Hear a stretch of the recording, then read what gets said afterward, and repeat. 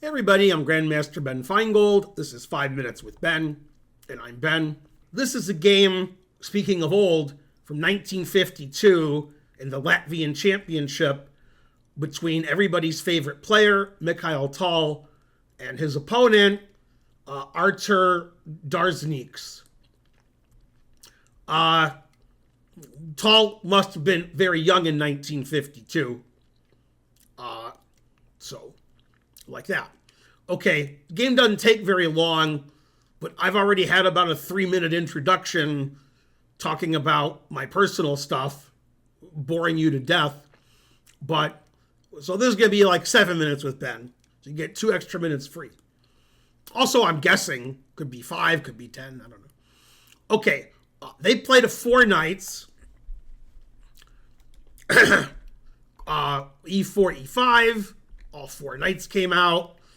This position, the 2 most common moves are bishop b5 and d4. Of course, this was played in 1952, so I can't tell you what the mainline theory was. But Tal played d4. Now, grandmasters play 2 moves here. E takes d4 is the most common, and bishop b4 is the second most common. I've played both with black. Used to play e4, e5 a lot with black. Not too much now, but I used to. Okay, black played d6, which gives white sort of the upper hand. White develops his bishop, pins the knight. Black sort of gives up the center with ed. Bishop d7. Now, Tal did something which is sort of obvious to grandmasters, but lower-rated players get confused. Lower-rated players typically play knight takes to mess up black's pawn structure, but actually the knight's really good on d4. It's actually better to play bishop takes. Then black wants the 2 bishops, so takes back. White plays queen f3, and the annotations of the game say that black played a novelty here, although it was a novelty in 1952. So c5 was the most common move.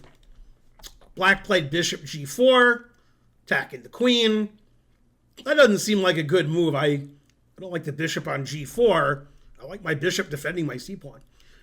Okay, so queen g3, c-pawn's attacked. Black played c5.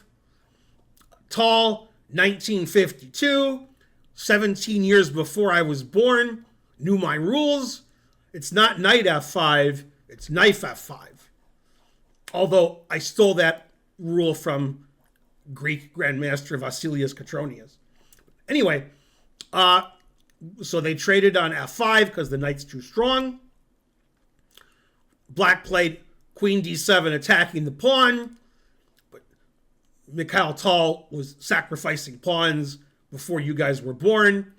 He played bishop g5 and said, take my pawn. And then all castle queenside, threatening rook e1 check. And doubled pawn anyway. White has a big lead in development. And black may be forced to castle queenside, where the king's not very safe. Still, queen takes f5 is probably the best move. Played bishop e7. White castled. I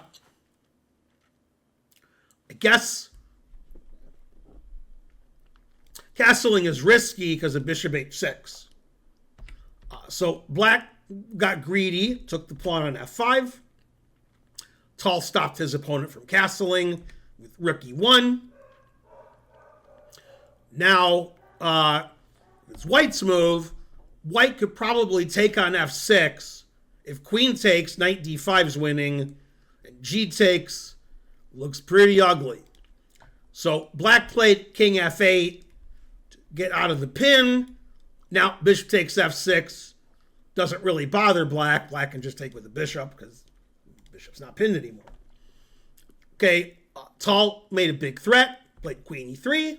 Threatening bishop on e7. Black made the obvious move, rook e8.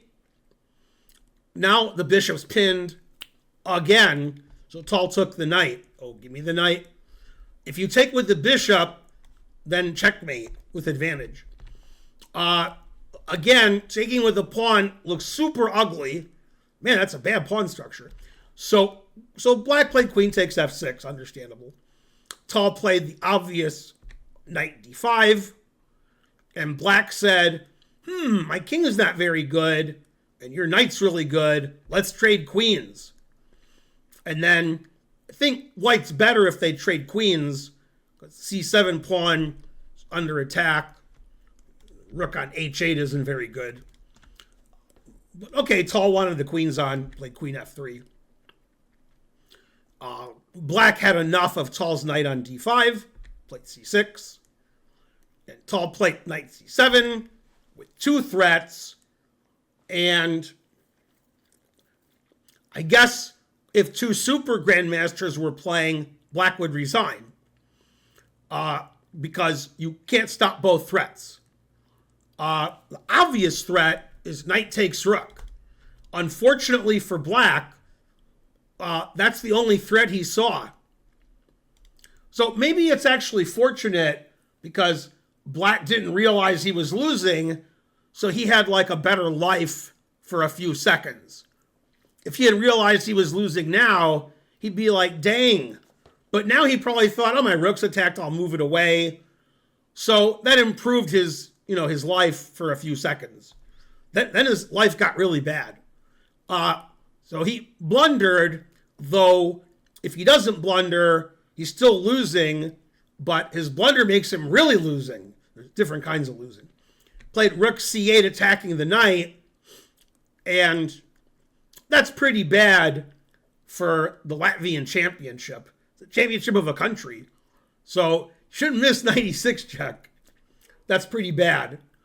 So Tal, even when he was a teenager, was sacrificing material, getting a lead in development, and tricking his opponent tactically. Now his opponent saw the king and queen were attacked, so he resigned. Another seemingly easy win from Tal. He had a lot of those. I'm Grandmaster Ben Feingold. This has been way more than 5 minutes with Ben. Please like and subscribe and leave a comment, and I'll see you guys next time. Bye.